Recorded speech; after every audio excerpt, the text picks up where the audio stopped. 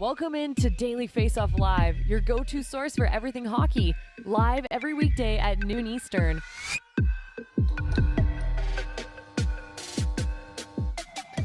Brought to you by Betano. The game starts now, Betano.ca. This is the Friday edition of Daily Faceoff Live. Nick Alberga and Mike McKenna with you. Mike, great to be working with you, my man. A lot of playoff hockey ahead this weekend, but I got to ask you off the top. It's Cinco de Mayo. I got you on Instagram. You're a fantastic follow. Any dishes you can make with tequila in it? Oh yeah, dude. I would absolutely go straight to I'd make shrimp with tequila and chipotle, and I can't remember if it's Cameron something. I don't speak Spanish, unfortunately, but yeah, you put a little tequila in the pan, let that thing sizzle. Oh, that's the way to do it. We're going to go big on Milipita tonight, our local Mexican joint. I was saying to Rosie on Leafs Morning Take, Jay Rosehill, before I came on here, that I celebrated a bit last night with Cinco de Mayo. I know it was May the 4th, but I still had a couple of tequila shots watching that Leafs game, and I needed it. So let's jump into things here, and we'll start with the Panthers going up 2-0 in that series. What have you made of the first two, and how stunned are you that this is what it's at right now? I mean, should we really be stunned? Honestly, like the Panthers just knocked off the Boston Bruins, like the greatest team ever, right? In the regular season of the NHL. When you win a series like that, you get a feeling within your locker room that you can do anything. And realistically speaking, has Toronto been better than the Panthers in the first two games? I think you can make that argument pretty easily on paper, at least. But there's intangibles to the Panthers. Like, they don't go away, man. And they are not soft. Like Keith Tkachuk called them a couple months ago that went viral in Toronto. That might have punched him right in the face. Because you got guys like Tkachuk and Bennett and Gudas that are just warriors out there, man. And they're resilient. Like, look at Lundell's goal last night. The Panthers weren't anywhere in that game last night, Nick. And Lundell scores, and it silences the crowd in Toronto, gives them some life. And then you start second period, 2 quick goals. All of a sudden, Panthers are up by 2, or up by 1 in the 3-2 game. So I think they're resilient. I think they're playing hard, but more than anything, they're getting better goaltending, Nick. Sergei Bobrovsky's been way better than Ilya Samsonov. And without him, I'm not sure where this series is. I'm so happy I was working with you today because, again, you are the goalie guru, the goalie expert at Daily Faceoff, and you were a goalie in the NHL. I mean, who better? Bobrovsky, man, like he won 2 Vezina trophies. I'll be the first to admit I have ripped this guy pretty much since he joined the Florida Panthers. Anybody would take that ticket, but he has been above and beyond. And I mean, you just look at the numbers, and I'll read them off to you. Matthews, 0 for 12. Marner, 0 for 7. Nylander, 0 for 13. Tavares, 0 for 10. It's so clear this guy's in their head, right? I think he's not just in their head, but he's just performing. And 5-on-5, power play, you name it. I think some of the saves that Bobrovsky made in the first game, especially from the open slot, like open slot looks, Nick, he's making blocker saves look easy. He's eating pucks. And, you know, with Bobrovsky previously, there's been times where I think he's been a little bit too explosive. He'll lose his nets. You're not seeing that right now. Like, the core is still there. I mean, he's still beatable, but look at the stats here in the series, 944 in 2 games. Like, he's carrying the Panthers. It's just, can he sustain it? Because this season, he was pretty streaky. He'd go 4 or 5 hot, and then he'd cool off. So the Panthers are hoping that Bobrovsky can keep up this level of play. Mike, the ironic thing to me, and I brought this up on my show the other day, and I'm sure you recall this, it was like 2 weeks left in the season. Alex Lyons starts this game in Toronto. The Panthers tie it late. They win it in overtime. So funny enough, it's the Leafs who set up this entire matchup, and here we are down 0-2 in the series. How about that? Yeah, it's unbelievable how the world turns, right? And hey, credit to Alex Lyon, who did carry the Florida Panthers into the playoffs, played the first 3 games of the series in the first round, but I think it's ride or die with Bob at this point, the way he's playing. And certainly from the Maple Leafs perspective, I loved Ilya Samsonov's comments, post-game, pretty much saying, I don't give a fuck regarding Sergei Bobrovsky and the way he's played so far in this series. He's been a great story. But again, Ilya Samsonov should have some confidence to his game. I mean, he did outduel Andrei Vasilevsky in the first round. From the Maple Leafs perspective, where does it start? I think obviously there's always that revisionist history that a couple weeks back, even a week ago, we saw the New Jersey Devils do this, a very exact same thing the Leafs are trying to do, right? Yeah, and I honestly am real nervous about Samsonov, and it's the watching the way he plays, Nick. Like, his when that puck moves laterally, and you saw it last night on Forsling's goal from Tkachuk, when the puck goes side to side, Samsonov's upper body is at war with his lower body. It does not work in unison. It's not in sync. There's holes. He's reaching. He's just not a crisp goaltender. He can fly by the seat of his pants and play an unbelievable game, but you don't see consistency out of him because there are deficiencies in his technical structure. I'm scared about that because Bob's been way better. And it's not like Samsonov's been atrocious here, man, but you can't be just okay in a dogfight like this. And I'm sorry, I said this at the beginning. People laughed at me. I still think Joseph Woll's a better option.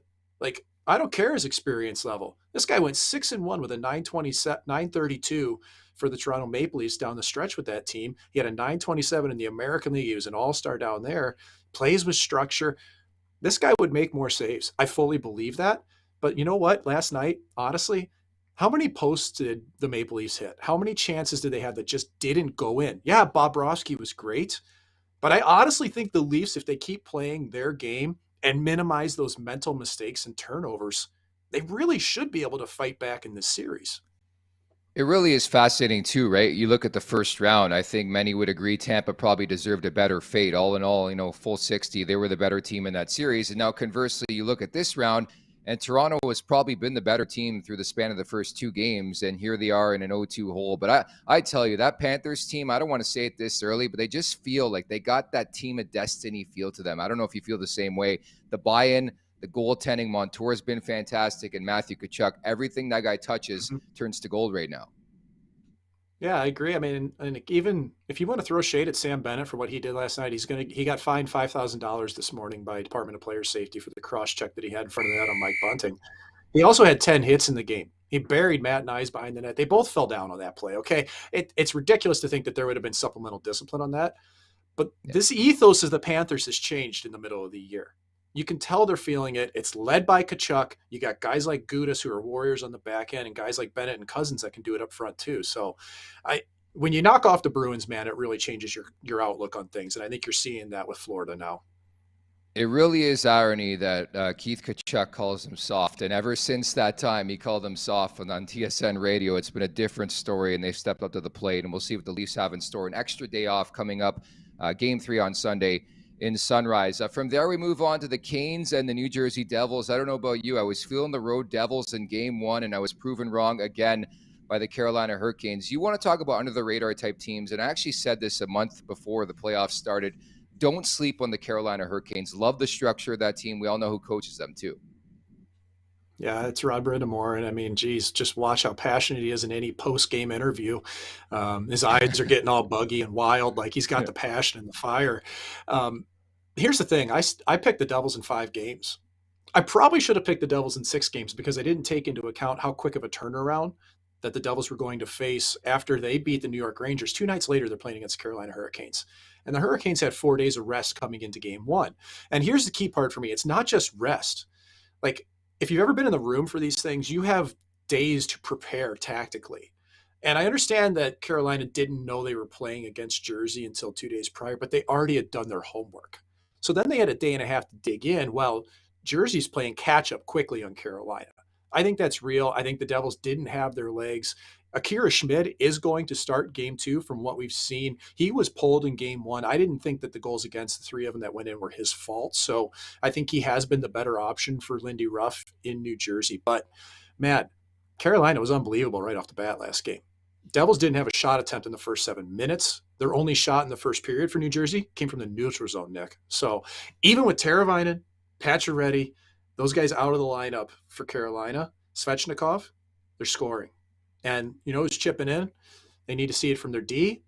That was one of their strong points this year. They got a goal from Shea, and they got a goal from Pesce last game. So if the D can keep chipping in for Carolina, I like their look too.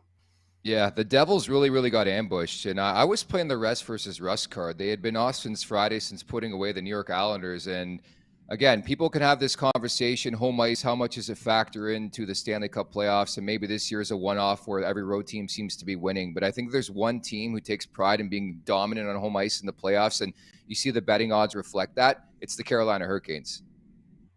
Mm-hmm. Yeah, well, they're deep, right? And they were top of their division for a reason. It's just I didn't believe in the Canes because of the lack of scoring, and I didn't know if they could grind it out. I still don't think their goaltending's been tested either, Nick. And that's what I wonder. If the Devils really wake up and start revving it up through the neutral zone, even though it's hard to get past Carolina, if you get clean shots from the top of the circle or closer on Ranta or Anderson, it's got a chance. So that's what I think the Devils need to do. They got to push the goalies of Carolina, because right now goaltending doesn't matter in this series for me. The Devils have to make it matter if they want to win. I like that look. And Timo Meier, I think the best I saw a couple minutes ago on social media, he is taking the morning skate, and obviously a big-time factor for the New Jersey Devils in that series. He missed the first game, and obviously not the only reason that they lost that game. They were blown out. A lot of reasons why, and the Canes are a really, really good team. So looking forward to Game 2 of that series. I've been waiting all morning for this Norris conversation. You follow me on social media. I was a bit perplexed as to why Cale Makar was on the Norris Trophy ballot, I guess, and being nominated as the final three. So it's Fox, Carlson, and Makar. And my reasoning behind that wasn't because I don't like Cale Makar. I think he's a tremendous player. I think he's the best defenseman pound for pound in the game right now. Having said that, the sample size and the allotment for games, there's other guys who I think were worthy of a nomination. We all know who's winning the award, but how did you see it play out? Do we know who's winning the award? Is it really going to be Erik Karlsson? He wasn't my number one pick. Nope. Ooh, okay. I don't think Makar deserved to be on be a finalist. And it's not because Cale Makar's bad or he didn't have a good year. Mm-hmm. He only played 60 games. I can't put anybody on a trophy list that didn't play over 70 minimum. That's just the way it is for me if you're talking about the course of a whole season. Sorry. So I had Adam Fox as my number one. I'll tell you why. He's the first guy over the boards on the penalty kill for the Rangers. He's number one on the power play. He's plus 28. He's a one-man offensive show. The Norris Trophy is given to the defensive player who demonstrates throughout the season ability in the position. Okay? That means all situations to me. I'm an ex-goalie. That's why Josh Morrissey, I didn't have on my list. Erik Karlsson, he wasn't even on my list. Okay? Was Erik Karlsson an all-star for me when I picked those? Oh, yeah. Absolutely he was, but all around D, no chance. So I think there was some players that probably deserve some love. I thought that Heiskanen deserved a look. Lindholm, Hughes, Dahlin, like any of those guys to me would have been a better choice than Makar. But hey, it comes down to voting. This is who we have. What's your take? Yeah, of course, the PHWA involved in nominating.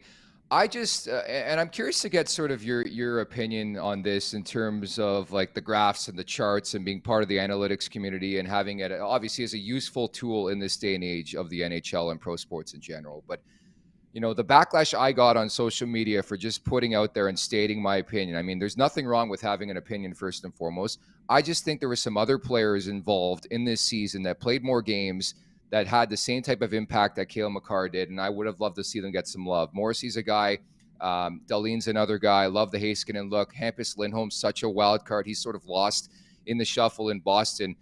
I just think we're losing sight a bit of this award, and I don't discount what you said about Erik Karlsson. I totally get it. Like, I want the most all-round defenseman to win this award, but we've gotten away from that a bit, no? Yeah, well, they have, and I think it needs to be corrected. I don't like it, man. I'm an old goalie. I know who plays well in front of you and who you can trust. And Pete DeBoer was pretty pissed last night post-game when the awards nominations came out, and he goes, "Where's Miro Heiskanen?" And I agree with him. Like, all situations, you know, and there's a lot of players like that. I think that not just are they good in those situations, they're also putting points up here, Nick. Like, Quinn Hughes should have been in the mix. Heiskanen 7th overall in D scoring. Like, I don't like it that we just give it to the highest scoring D. I'm sorry. I don't think that's the spirit of this award. Where do you stand on analytics and the graphs and the charts? And I get it. Cale Makar is a hell of a player, and people were sending me, you know, ridiculously good-looking charts. But where do you stand in that conversation? I don't care. He played 60 games. Yeah, I like that. Yeah. It is. You can't pick a goalie for the Vezina that played 40. You're not doing it. 30. Like, you can't. So the fancy stats, the charts, everything else like that, I take them all into the occasion. But to me, you got to play power play, penalty kill, 5-on-5. You better be a plus player, and you better put up points. That's Adam Fox. I like that. You nailed it, my man. Let's get to today's guest.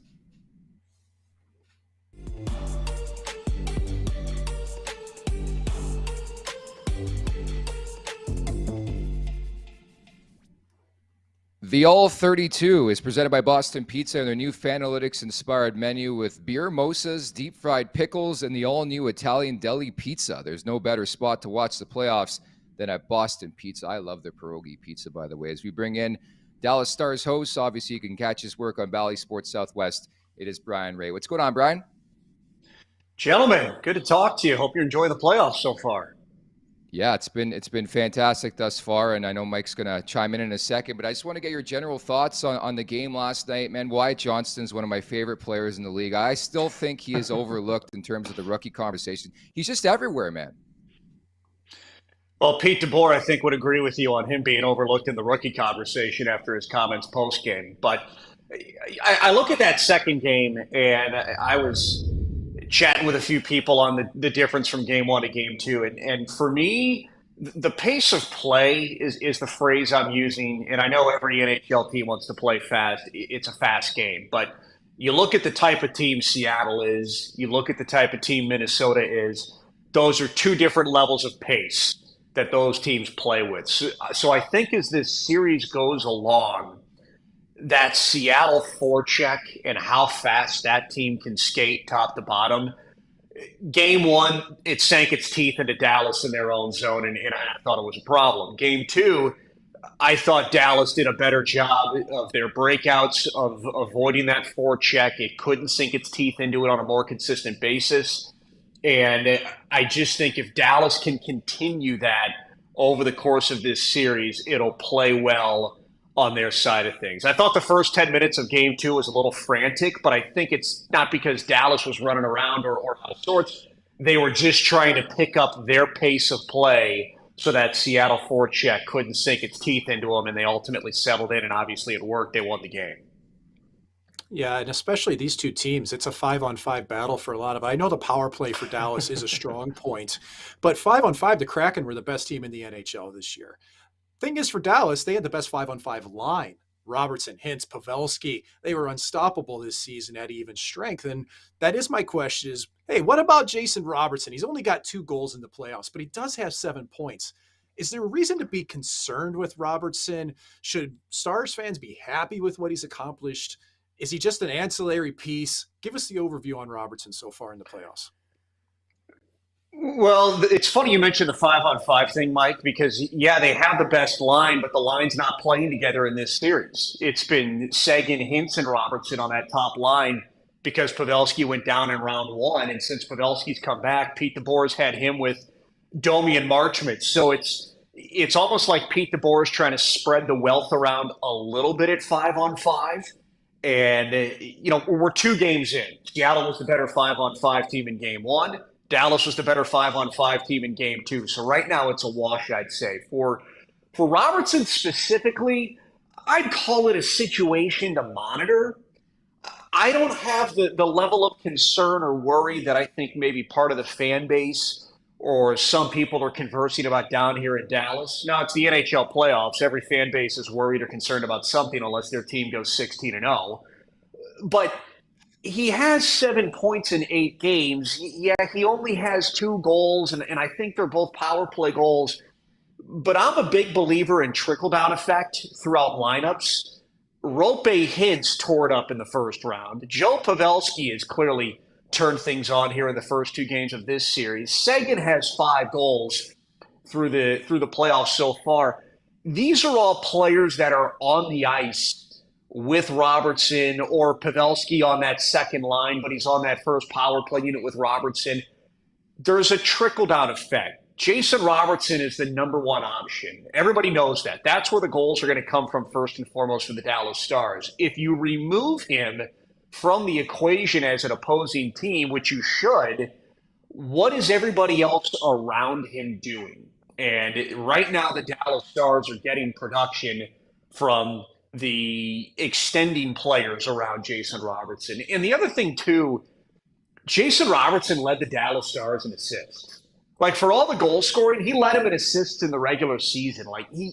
There was a point in February that he dried up offensively in terms of goals, but he all of a sudden started handing out assists left and right. So he does know how to distribute the puck, or at least let the attention come to him, but don't panic. I think he is gripping the stick a little bit. He did have some times where I thought he looked frustrated or he was trying to force some shots through the first layer, especially on power plays.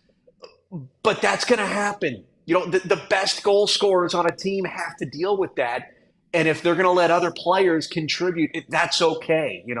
There's depth scoring right now for the Dallas Stars, which is important in the playoffs. What's it like covering Joe Pavelski on a daily basis? Like, I'm still bewildered after everything he's dealt with. He comes back and just scores and scores and scores. And you want to talk about leadership? You want to talk about a guy hungry to win? There's nobody like Joe Pavelski right now. Boring. That's what it's like to cover him on a daily basis. Look, we like personalities. We like long-winded answers. We like to get the quote. And he's very straightforward, matter of fact. Listen to any video interview he does, whether it's at a morning skate or after a game. And it's straightforward. Yeah, it's great to get back. Yeah, it's this. Yeah, it's that. Very monotone, very subdued, very collected. And when you're 38, 39 years old and you've dealt with the media for as long as he has, you know how to manage it. But also, I think that's just his persona. That's his game. He's a very straightforward, I'd call him a monotone player. Look, how long has he deflected pucks in front of the net with ease in his career? He's a monotone player at this point, the way he does it. And even just hovering around the net looking for loose pucks, the way he scored his goal last night. It wasn't a deflection, but he is lurking around the net. So, what's it like to cover him? Consistency is another word. But I just think the collectiveness and even the monotoneness of his interviews and the way he plays the game, it's at a high level, but it's very consistent and very subdued because it's the same thing every day when it comes to how he operates. I believe the kids these days call him sick. He is really, really sick. Sick's being a good thing. He's been an incredible story in this series. And Brien, so thankful for your time today. Appreciate it. Good to talk to you guys. Enjoy the rest of the games. You as well. That is Brien Rae.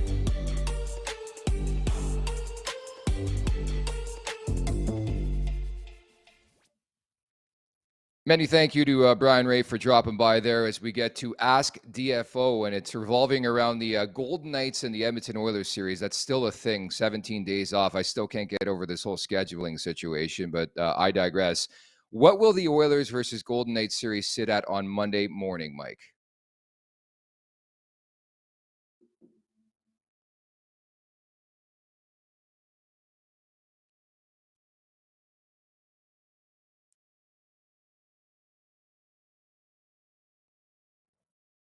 Oh, I think we go back to game. I think game two, yeah. We go back to Edmonton. There we go. And I think the Oilers win the second game. Simple as that. But I think it's going to be close. I think Edmonton's going to have to come through and figure out Vegas's neutral zone. They got to get through that 1-2-2. I think they're going to win 4-3 in overtime on a goal by Ryan Nugent-Hopkins. You can book it now, whatever you want to place for bets. Tyler, you can book that one when he talks to you here in just a minute. Yeah, we're going to bring Tatler Yaremchuk on momentarily for his bets from the Strip. But let me ask you this, former athlete, been around the Vegas area, that extra day off in Vegas, would players take a little peek around? Yeah, they're going to get a little vitamin D in them. That's what you're going to do. You go poolside. Pool or what? Just soak in the rays, baby. That's energy. Yeah, no, they're going to stay in their hotel rooms and play video games. That's what they always do on the road now, man. That's reality. Oh, I know. It's way different, man. Like, I even talked to Jay Roseau, my co-host on Leafs Morning Take. It's like, it's so different than when you guys were in the show in your peak, right? Like, in terms of the way they conduct business on a daily basis, right? Yeah. Yeah, it is. And it's, people kind of forget how matter of fact it is to play hockey. Like, you're not just always on guard at all times. Like, you roll it back and you relax a bit, but you got to be smart. You're so visible in Vegas too. None of those players are going to go out and do anything dumb unless they're, well, I don't know. A certain San Jose Sharks player did a couple of years ago, but that seems to be under the bridge now. So we'll see. Rosie was in Vegas a couple months back, and he ran into a guy who's going to be the top goal scorer of all time one day. We'll say that. You can connect the dots who he ran into at 4 a.m. in a Vegas casino 2 months ago. But I digress as we bring in Tyler Yaremchuk. I must add, too, that I think I'm with you. I think Edmonton ties the series up. That was a wacky and chaotic and crazy game one, but I do expect a bit of a response here. From the Strip, from T-Mobile Arena, how late were you up last night, Tyler?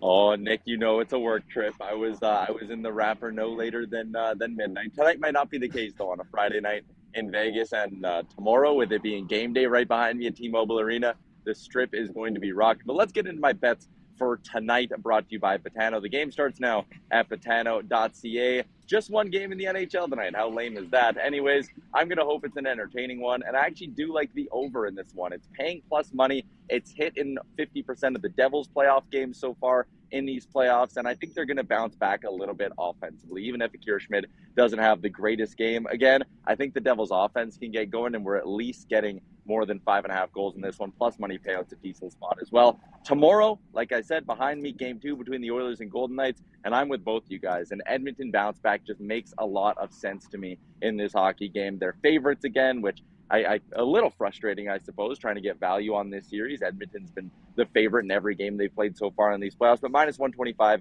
is pretty solid, and I think Edmonton should bounce back tomorrow night. So the over tonight between Carolina and Jersey, and tomorrow I am rolling with the Edmonton Oilers, guys.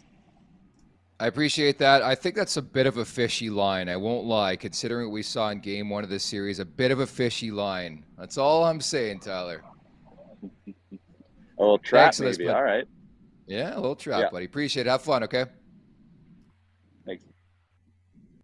There's Tyler Yaremchuk from the Strip. What's it like to work out in Vegas? Oh, yeah.